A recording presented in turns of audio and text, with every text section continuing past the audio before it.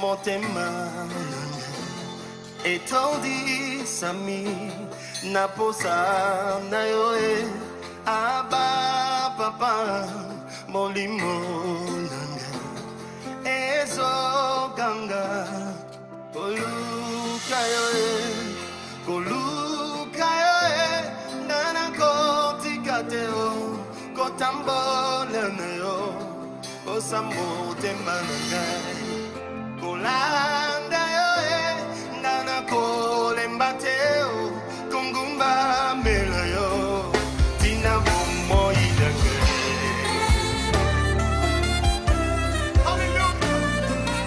Suivez Parole de vie sur DRTV International avec l'homme de Dieu, le pasteur Patrick Lévy-Sapoulo. Dieu vous bénisse abondamment. Bien-aimés, nous disons merci au Seigneur qui a permis encore qu'une fois nous puissions être là pour continuer ces moments d'enseignement merveilleux concernant le cœur. Mais aujourd'hui, nous allons voir quelques points, comment faire pour nettoyer notre cœur, pour rendre notre cœur pur. C'est vrai, nous avons parlé de tout ce que Dieu a dit concernant les cœurs, mais nous allons voir aujourd'hui qu'est-ce qu'il faut faire étant que chrétien pour que ton cœur devienne pur, pour que mon cœur devienne pur devant le Seigneur. Parce que c'est l'exigence même de Dieu pour tous ceux qui ont cru et qui veulent le suivre et le servir. Souvent, nous ignorons beaucoup de choses quand nous nous engageons à servir Dieu. Parce que nous avons reçu des enseignements qui ne sont pas conformes à l'Évangile.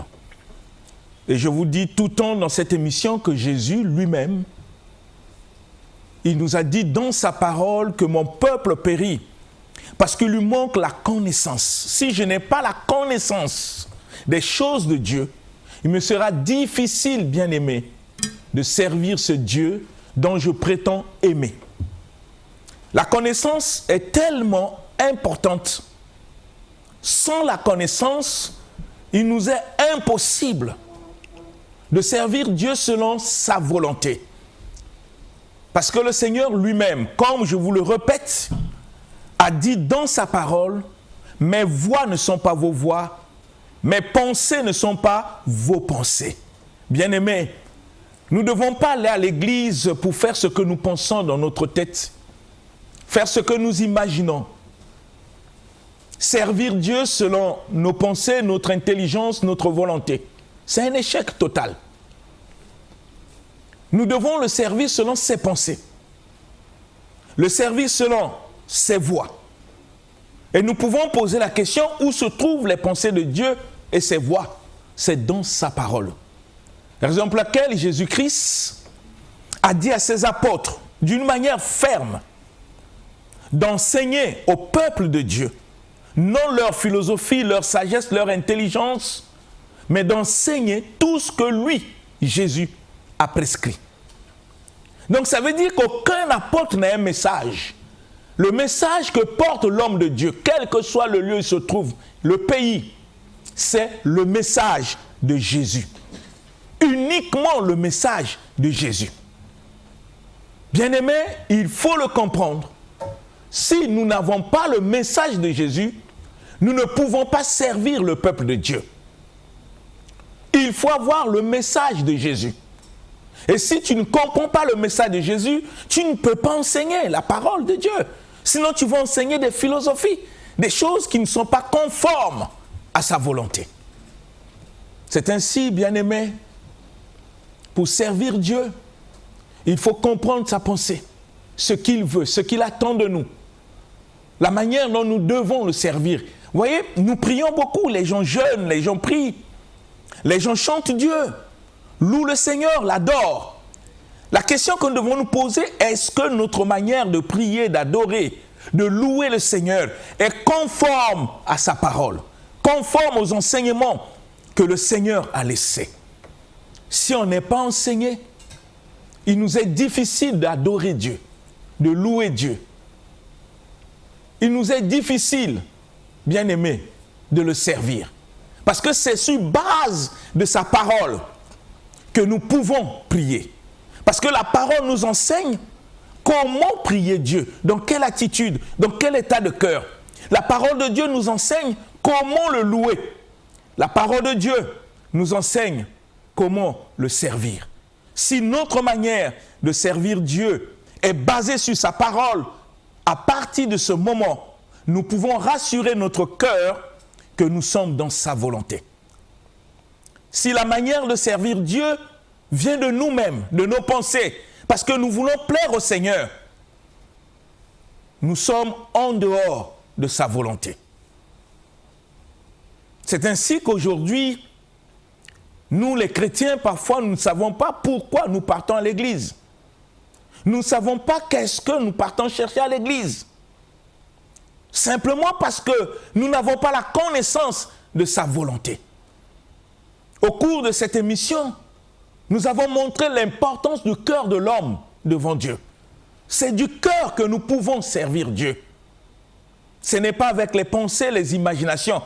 C'est l'état de notre cœur. Parce que notre vie, notre manière de faire, de parler, d'agir, montre à suffisance l'état de notre cœur. Tout ce que nous pouvons vivre extérieurement, des actes que nous posons, est l'expression de l'état de notre cœur. C'est ainsi que Dieu s'intéresse au cœur.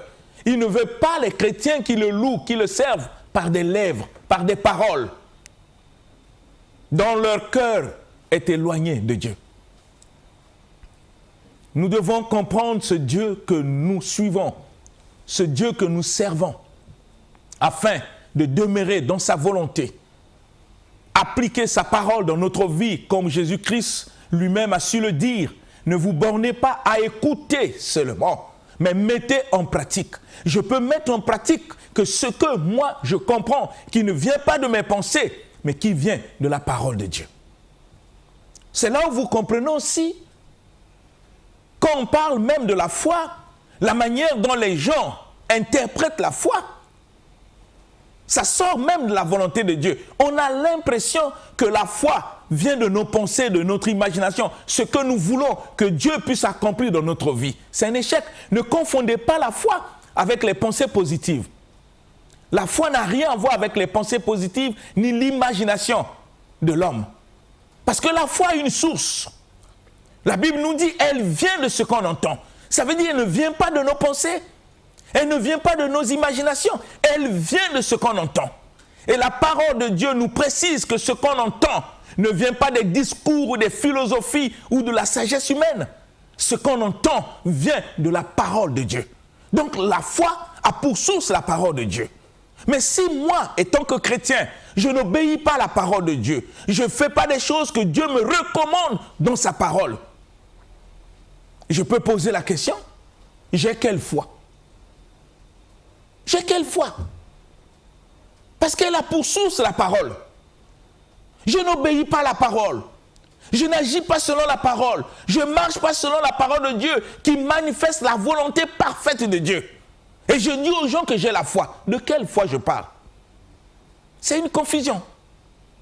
Donc vous comprenez que la connaissance est importante dans nos vies. C'est ainsi qu'aujourd'hui, nous allons voir quelques points que j'ai essayé d'énumérer pour que nous comprenions comment un homme peut nettoyer son cœur, comment un homme peut rendre son corps pur, parce que c'est ce que Dieu attend de nous. Le Seigneur dit que ce qui nous suit, ce qui nous rend impurs devant lui, ça ne vient pas du diable. Ça ne vient pas de nos amis, de ceux qui nous provoquent, ceux qui nous injurient. Non. Le Seigneur nous dit que ce qui nous rend impurs vient de notre cœur, du fond de notre cœur. Parce que la bouche parle de l'abondance du cœur. Et Dieu nous montre dans sa parole, tel que nous l'avons vu les semaines passées, que ce qui sort de nous, ce qui vient du fond de nous, c'est quoi? C'est les adultères, la fornication, le vol, le mensonge, la haine, tout notre comportement négatif qui ne glorifie pas le Seigneur. Le Seigneur dit, ça ne vient pas du diable, ça vient du fond de notre cœur. Et ce sont ces choses qui rendent l'homme impur. Mais nous voulons voir, étant que chrétien, comment je dois faire? Qu'est-ce qu'il faut faire pour que je garde mon cœur dans toute sa pureté pour la gloire du Seigneur? Afin que je ne puisse pas avoir une foi éphémère, une foi imaginaire. Parce que la foi n'est pas une pensée, la foi c'est une vie. une vie qui manifeste la parole de Dieu dans nos comportements, dans nos langages, dans notre manière d'agir. Et j'aimerais que nous puissions lire le livre de Jérémie, chapitre 4 et verset 14, et nous allons voir la première porte qui va s'ouvrir dans ce verset biblique. Jérémie chapitre 4 au verset 14, dans la version Louis Ségan, nous lisons au nom du Seigneur. Amen. Purifie ton cœur du mal, Jérusalem, afin que tu sois sauvé. Jusqu'à quand garderas-tu ton cœur, dans ton cœur, tes pensées iniques? Amen. Amen. Bien-aimés, quand nous voyons ce que Dieu nous demande dans sa parole, qu'est-ce que Dieu nous dit? Il dit, Jérusalem, purifie ton cœur pour que tu sois délivré. Dans d'autres versions, on dit, Jérusalem, si tu veux être délivré, nettoie ton cœur de sa méchanceté. C'est le conseil de Dieu. Nous devons nettoyer notre cœur. La question que nous devons nous poser, comment faire pour nettoyer notre cœur? C'est ce que je vais présenter. Quelques points, il y en a beaucoup, mais j'essaie de choisir quelques points uniquement pour notre édification. Le reste, je pense que le Saint-Esprit aidera chacun de nous à comprendre des choses que nous devons faire afin que notre cœur devienne pur devant le Seigneur. Dieu demande qu'on puisse nettoyer notre cœur, Jérusalem. Lave ton cœur du mal, de la méchanceté, afin que tu sois délivré. Mais comment je dois laver mon cœur? Est-ce que je peux le laver avec l'eau? Non. Dieu, par sa parole, va nous montrer comment nous devons nettoyer notre cœur. Et le Seigneur pose la question, jusqu'à quand tu vas garder dans ton cœur toujours des mauvaises pensées? Jusqu'à quand? Voilà le problème de Dieu. On peut se dire qu'on est chrétien, on va à l'église, on est chantre, protocole, modérateur, prédicateur à l'église, technicien, quelles que soient les responsabilités que nous pouvons occuper à l'église. C'est une bonne chose. Les gens peuvent apprécier notre travail, notre manière de faire. C'est une bonne chose. Mais la question que nous devons nous poser, est-ce que Dieu m'apprécie? Pour que Dieu puisse nous apprécier, Dieu ne voit pas notre extérieur. Il ne voit pas ce que nous faisons. Dieu voit les motivations qui sont au fond de notre cœur, ce qui anime nos pensées, ce qui nous pousse à faire de telles choses. Ça peut être péché. Dieu, lui, sonde les cœurs, les motivations. Est-ce que je fais les choses pour être vu des hommes? Est-ce que je fais les choses pour que les frères et sœurs puissent m'apprécier? Est-ce que je prêche pour que les gens sachent que j'ai la connaissance? Est-ce que je fais le protocole pour qu'on sache que je fais bien? Quelles sont les intentions qui animent le fond de mon cœur quand je suis en train de servir Dieu, quel que soit le service que le Seigneur me demande de faire dans son Église? Dieu s'intéresse à notre cœur. C'est ainsi que Dieu dit, il faut nettoyer le cœur si vous voulez être délivré. La vraie délivrance n'est pas seulement qu'on chasse le démon, c'est une bonne chose. Mais si le cœur de la personne qu'on a chassé le démon n'est pas pur, qu'est-ce qu'on aura fait du bien? C'est le problème du cœur. Vous comprenez, bien-aimés? Nous devons nettoyer notre cœur. Enlever dans notre cœur tout ce qui n'honore pas Dieu, tout ce qui ne glorifie pas le Seigneur. C'est la responsabilité de chaque chrétien, de chaque individu, même de ceux qui me suivent à la télé. Si même tu n'es pas converti, Dieu s'adresse aussi à toi. Ton cœur, comment est l'état de ton cœur? Et Dieu veut que nous puissions nettoyer notre cœur. Dieu ne viendra pas nettoyer notre cœur, mais il veut que nous puissions le faire. Il va mettre à notre disposition des éléments auxquels nous devons accomplir pour que notre cœur devienne pur. Rappelez-vous que Jésus était en train de parler des pharisiens, parce que les pharisiens étaient des hommes que le monde respectait, la population, mais le monde ne discernait pas le fond de leur cœur. Et Jésus n'a pas mâché les mots pour leur dire, vous apparaissez devant les hommes comme des tombeaux blanchis. Ça dit que vous apparaissez purs, des gens saints.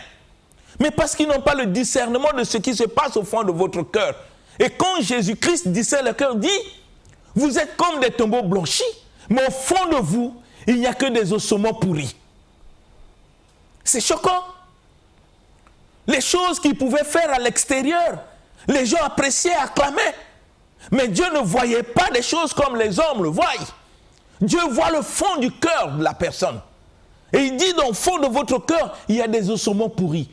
C'est comme toi aujourd'hui qui me suis, mon frère, ma soeur, toi qui ne connais pas encore le Seigneur.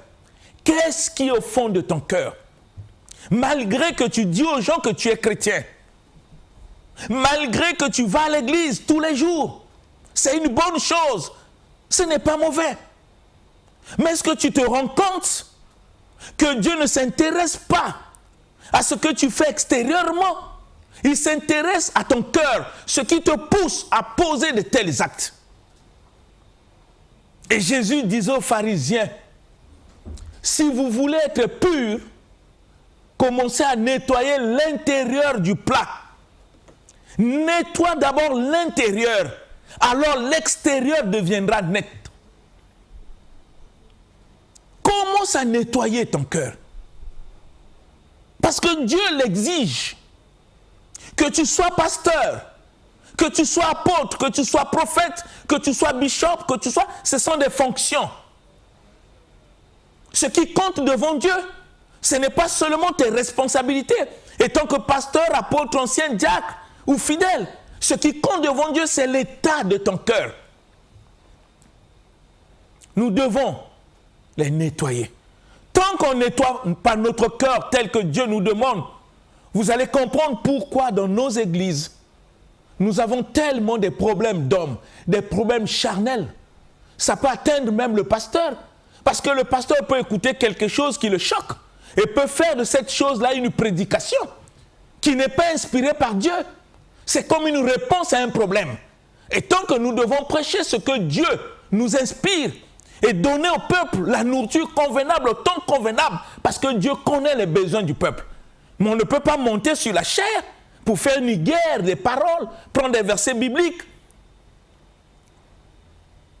pour faire des prédications sur base des problèmes que nous avons entendus. Écoutez, non, il faut laisser le Saint-Esprit te conduire. Mais qu'est-ce qui nous pousse à faire de telles choses? C'est l'état de notre cœur. Ce qui est au fond de notre cœur. Vous comprenez, bien-aimés? Vous ne pouvez pas comprendre que dans une église, des gens qui viennent pour que Dieu les change, mais à l'intérieur, on a des inimitiés, des ennemis. Des choses parfois que nous faisons dépassent même ce que les païens font. Comment ces gens qui ne connaissent pas Dieu peuvent venir s'ils ne voient pas le changement en nous? Ils viendront faire quoi? Vous comprenez, l'état de notre cœur est important. Bien-aimé, quand tu commences à nettoyer les mauvaises pensées qui sont au fond de ton cœur, tu deviendras ce que la Bible dit, une nouvelle créature. Des œuvres que Jésus-Christ a accomplies sur la croix pour que nous puissions être des exemples, des modèles, que nous devenons réellement la lumière du monde, le sel de la terre. Des gens qui manifestent dans leur comportement la vie du Christ. Mais on ne peut que le faire si notre cœur est nettoyé, lavé des mauvaises pensées qui nous divisent, des pensées de haine, des pensées de fornication, d'adultère, de vol, toutes sortes de pensées qui expriment notre comportement sur le plan extérieur, parce que je vous ai dit que notre comportement est le reflet de l'état de notre cœur. Et le Seigneur pose la question, jusqu'à quand, bien-aimé, tu dois garder les mauvaises pensées au fond de ton cœur? Ça fait tellement des années que tu traînes des genres de pensées, la haine, même si les gens t'ont fait du mal, si même des personnes ne te portent pas, si tu as eu des inimitiés avec des gens dans le passé, mais maintenant tu es chrétien. Vous voyez que quand nous gardons notre cœur avec des problèmes, des soucis, des inimitiés, des divisions, nous devenons nous-mêmes l'obstacle de nos propres vies de prière. Parce que le Seigneur dit, quand tu veux prier, tu veux faire l'offrande et que tu te souviens que dans ton cœur, tu as des problèmes avec des gens, Dieu ne veut pas que tu pries. Dieu ne veut pas que tu adores.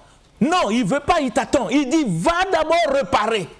Nettoie d'abord ton cœur et viens et fais ton offrande.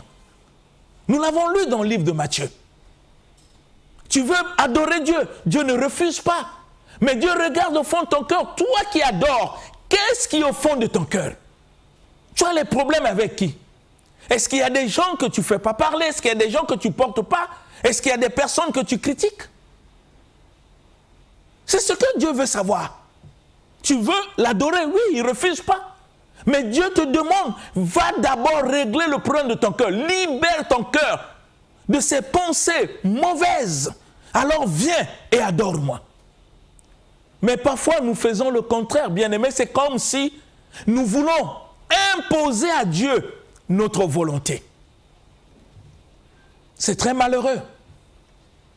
Dieu ne se soumet pas à la volonté de l'homme. Non, bien-aimés. La parole nous enseigne que soumettez-vous à Dieu. Mais pas le contraire. C'est comme ça que nous créons des vies chrétiennes qui ne cadrent pas avec la parole de Dieu. Et le diable en profite dans notre ignorance pour créer toute forme de prophéties, des révélations qui n'ont rien à voir avec la parole du Seigneur. Et on est fier de dire aux gens qu'on est chrétien. On ne s'examine pas soi-même pour voir ce qui est au fond de notre cœur. C'est quel genre de chrétienté? Un chrétien, c'est un homme, une femme qui est conscient de ce qu'il est dans le Seigneur et de ce qu'il fait. Réfléchissons ensemble. Si tu veux être délivré, dit le Seigneur dans le livre de Jérémie, apprends à nettoyer ton cœur pour que tu sois délivré. Ne garde jamais dans ton cœur des mauvaises pensées, année après année. Si vraiment tu es chrétien. Si nous lisons le livre de Philippiens, chapitre 4, le verset 8. Regardez dans ce livre ce que Dieu nous enseigne. Nous allons ouvrir cette porte de versets que vous allez lire pour comprendre ce que Dieu attend d'un chrétien véritable. Je ne parle pas des personnes qui vont à l'église pour chercher le bien-être. C'est bien, mais pour chercher le bien-être, il faut être d'abord chrétien parce que le bien-être que nous cherchons, des bénédictions, tout ça, ce n'est pas une prière, ça sont des promesses. Nous devons d'abord accomplir ce que Dieu nous demande pour que ces choses arrivent dans notre vie. Qu'est-ce que le Seigneur dit? Cherchez le royaume des cieux et la justice de Dieu. Alors tout ce que vous désirez comme bénédiction, Dieu lui-même va vous le donner. C'est une promesse. Mais tu n'as pas encore trouvé le royaume des cieux. Tu ne vis pas encore dans la justice de Dieu, mais tu veux que Dieu puisse te bénir. Même quand vous lisez la parole de Dieu, bien-aimés, ne faisons pas semblant. Quand vous lisez les chapitres de bénédictions dans Deutéronome, vous allez voir que Dieu parle au conditionnel. Si tu obéis à ma parole, si tu observes mes commandements, si tu fais ceci, voici toutes les bénédictions qui seront ton partage. Tu n'as jamais obéi, tu n'observes pas les commandements, mais tu veux les bénédictions. C'est quel genre de vie chrétienne que tu veux apprendre à Dieu? On ne peut pas corrompre Dieu. On peut corrompre les hommes, mais pas Dieu. Parce que Dieu est dans sa parole. Dieu n'accomplit pas la pensée de l'homme. Dieu accomplit que sa parole. Lisons le livre de Philippiens que je viens de citer. Philippiens chapitre 4, verset 8. Philippiens chapitre 4, au verset 8, nous lisons notre Seigneur. Amen. Au reste, frères, que tout ce qui est vrai, tout ce qui est honorable, tout ce qui est juste, tout ce qui est pur, tout ce qui est aimable, tout ce qui mérite l'approbation, ce qui est vertueux et digne de louange, soit l'objet de vos pensées. Amen. Bien-aimés, vous comprenez le Seigneur. Il ne s'adresse pas aux païens, il s'adresse aux chrétiens. C'est-à-dire à ceux qui se sont engagés pour le servir. Qu'est-ce que le Seigneur dit au reste, frères?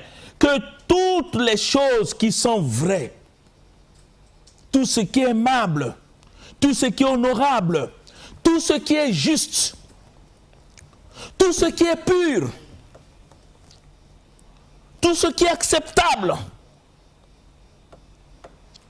tout ce qui demande l'honnêteté, toutes ces choses, le Seigneur dit, soit l'objet de vos pensées. Ce n'est pas un pasteur qui nous le demande, mais c'est ce Jésus que nous réclamons être notre Seigneur et notre Sauveur. Il veut voir dans notre intérieur, dans notre cœur, tout ce qui est bon, tout ce qui est vrai, tout ce qui est honorable, tout ce qui demande l'approbation, tout ce qui est honoré. Toutes ces choses doivent faire partie de nos pensées. Et on peut se poser la question, est-ce que c'est ce que nous sommes, nous, qui réclamons être de Jésus? Voyez l'erreur que souvent les gens commettent. Quand ils confessent publiquement pour dire « Jésus est mon sauveur et mon Seigneur », je ne sais pas s'ils comprennent. Oui, il est ton sauveur parce qu'il t'a fait quitter le monde pour t'amener à lui. Il t'a enlevé du danger du monde pour te mettre dans un état de sécurité. À ce titre, il est ton sauveur. Mais la question, est-ce qu'il est ton Seigneur? Est-ce que tu comprends ce que ça veut dire être Seigneur? Le mot Seigneur veut dire c'est celui qui conduit ta vie. C'est celui qui doit te dicter ce que tu dois faire. Parce que le mot Seigneur, même au temps ancien, quand vous voyez l'histoire de l'esclavage, il y avait des seigneurs. L'esclave n'avait pas un mot à dire devant son Seigneur. Il était un exécutant de la volonté de son Seigneur. C'est à ce titre que son chef était son Seigneur. Mais si Jésus est notre Seigneur, cela sous-entend qu'il conduit nos vies. Que nous n'avons pas décidé à dire comme l'apôtre Paul, ce n'est plus moi qui vis, c'est Christ qui vit en moi. À partir de ce moment, quand l'apôtre Paul dit que Jésus est son Seigneur, il n'est pas seulement son sauveur, parce qu'il a enlevé du danger, mais il est aussi son Seigneur. Cela veut dire que c'est lui qui conduit ma vie. Tout ce que je fais de ma vie n'est que sa volonté. Mais c'est ce que nous ne faisons pas. Nous faisons le contraire. C'est là où vous comprenez pourquoi Jésus, dans le livre de Luc, disait « Pourquoi m'appelez-vous Seigneur, Seigneur, et ne faites-vous pas ce que moi je dis ?» Si vous lisez le livre de Luc 6, 46, vous allez voir comment Jésus lui-même demande que ceux qui ne sont pas prêts à faire ce qu'il demande, ce qu'il recommande par sa parole, ce n'est pas la peine que ces gens l'appellent Seigneur. Parce qu'ils ne conduisent pas leur vie. Ils n'obéissent pas à la parole de Dieu. Mais comment Jésus peut être ton Seigneur si toi tu n'obéis pas à tout ce qu'il te demande? Vous comprenez, bien-aimés? C'est ainsi que Dieu veut que ce qui est au fond de toi doit être des choses vraies, des choses justes. Il n'y a pas d'hypocrisie. David disait dans le psaume, il disait « Seigneur, tu peux sonder mon cœur, tu ne trouveras rien. Ce qui sort de moi, c'est ce qui vient du fond de mon cœur. » Est-ce que c'est ce que tu es? Qu'est-ce qui est au fond de notre cœur? Être fier de dire aux gens que tu es chrétien, tu n'as encore rien dit. Mais quand tu examines le fond de ton cœur, qu'est-ce qui se cache là? Tu complotes contre les gens, tu les critiques, tu les salues par hypocrisie. Il y a des gens que tu ne veux pas voir vivre. Il y a des gens que tu ne veux pas voir avancer. Quand quelqu'un avance, quand quelqu'un réussit, ça produit dans ton cœur la haine. Et tu te dis chrétien. Tu parles mal des frères.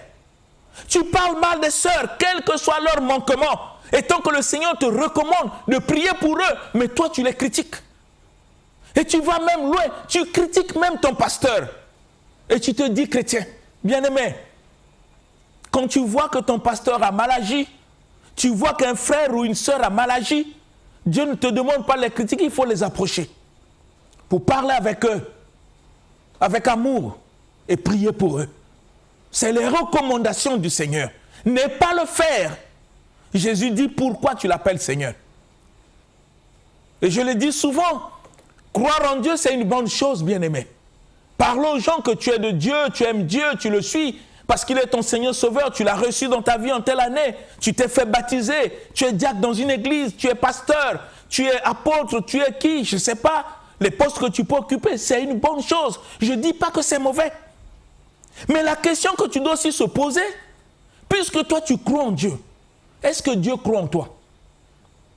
Quand il voit le fond de ton cœur, est-ce que Dieu croit en toi? Est-ce que dans ton cœur tu as l'assurance que Dieu croit en toi?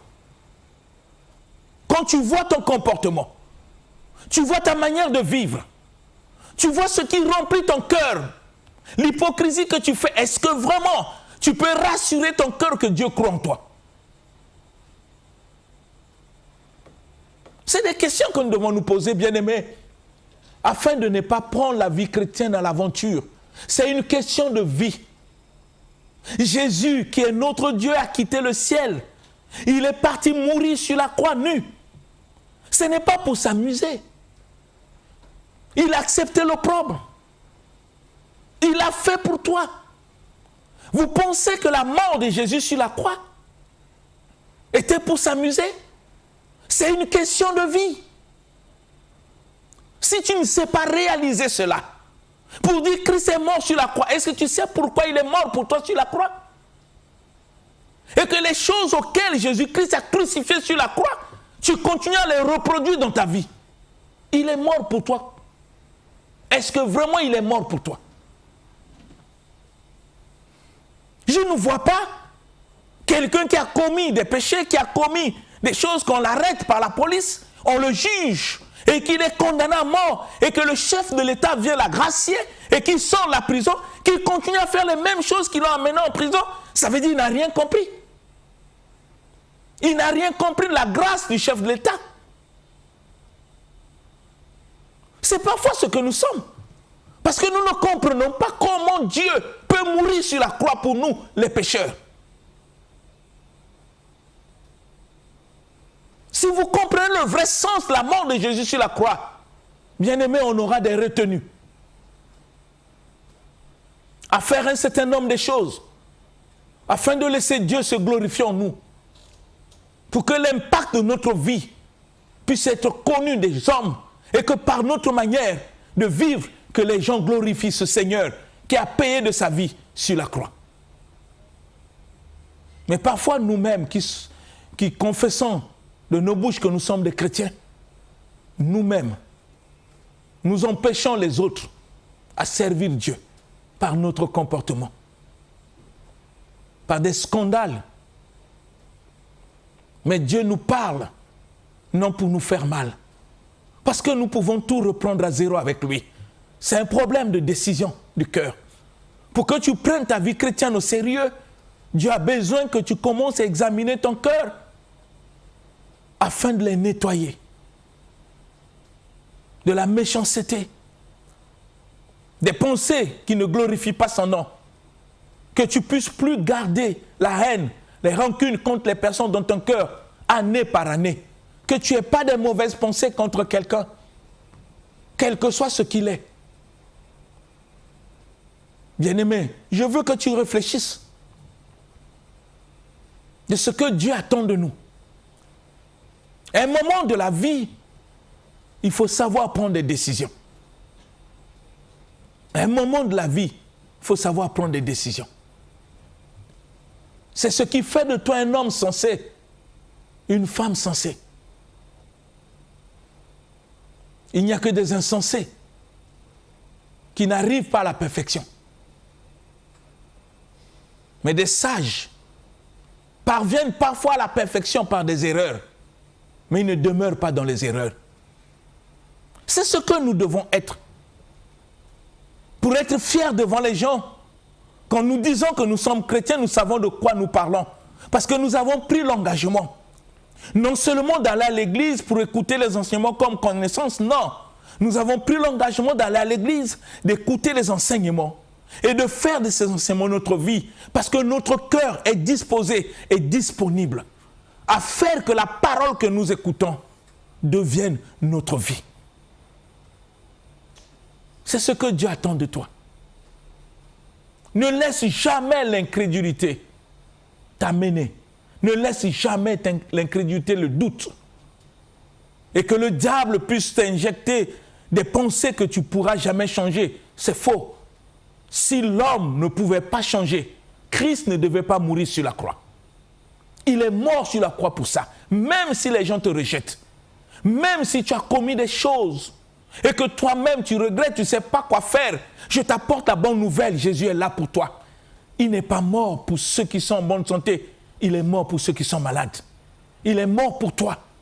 Même si ta famille ne croit pas en toi, même si les amis ne croient pas en toi, parce que dans ta vie passée, tu as commis tellement de choses, tu ne sais pas comment le réparer. Christ est là pour tout réparer, pour te donner une nouvelle vie, te donner un nouveau cœur, bien-aimé. Ne sois pas déçu. Il est là pour toi, pour changer ta vie, que tu deviennes une nouvelle créature. Et ce Jésus va te prendre, va te laver par sa parole et il va te remettre dans la société et te présenter devant ceux qui ne te portent pas. Ils seront surpris de voir la grandeur, la puissance, l'amour de Dieu dans ta vie. Et ils diront, ton Dieu est Dieu. Non parce que tu leur dis que tu pries, mais parce que tu as accepté que le Seigneur transforme ta vie et particulièrement ton cœur. Oui, c'est possible. Quand Dieu nous parle, il ne nous parle pas pour nous faire mal, mais c'est afin de nous montrer le défaut qui nous arrange. C'est la preuve même de son amour, pour que nous prenions conscience que nous ne pouvons plus continuer à mener notre vie de la manière dont nous la menons maintenant, étant chrétiens. Non. Dieu nous montre sa parole pour nous corriger. Parce qu'il veut qu'un jour, nous puissions passer l'éternité avec lui. Il ne peut pas te laisser à continuer à faire des bêtises. Il va toujours envoyer la parole pour te réprimander, non pour te faire mal, mais pour t'amener à changer, pour que tu sois un exemple de la société. Oui, c'est possible. Mais n'endurcis pas ton cœur. La décision ne viendra pas de Dieu, viendra de toi. Est-ce que tu veux nettoyer ton cœur? Je veux que tu puisses réfléchir. La semaine qui va, le mardi qui va arriver, nous allons parler au moins de 7 éléments qu'un chrétien ou un homme doit faire pour nettoyer son cœur. Parfois, ce sont des choses que nous ignorons, mais qui sont très capitales.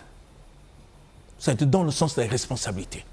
Je veux simplement prier pour toi, pour que le Seigneur t'aide à comprendre ces choses. Parce que tu as de la valeur devant ses yeux, même si les hommes ne te portent pas. Seigneur, je veux te confier tous ceux qui ont écouté ce message. Tu parles à leur cœur. C'est la preuve de ton amour pour eux. Même s'ils sont dessus, Seigneur, tu es là pour leur donner l'espoir.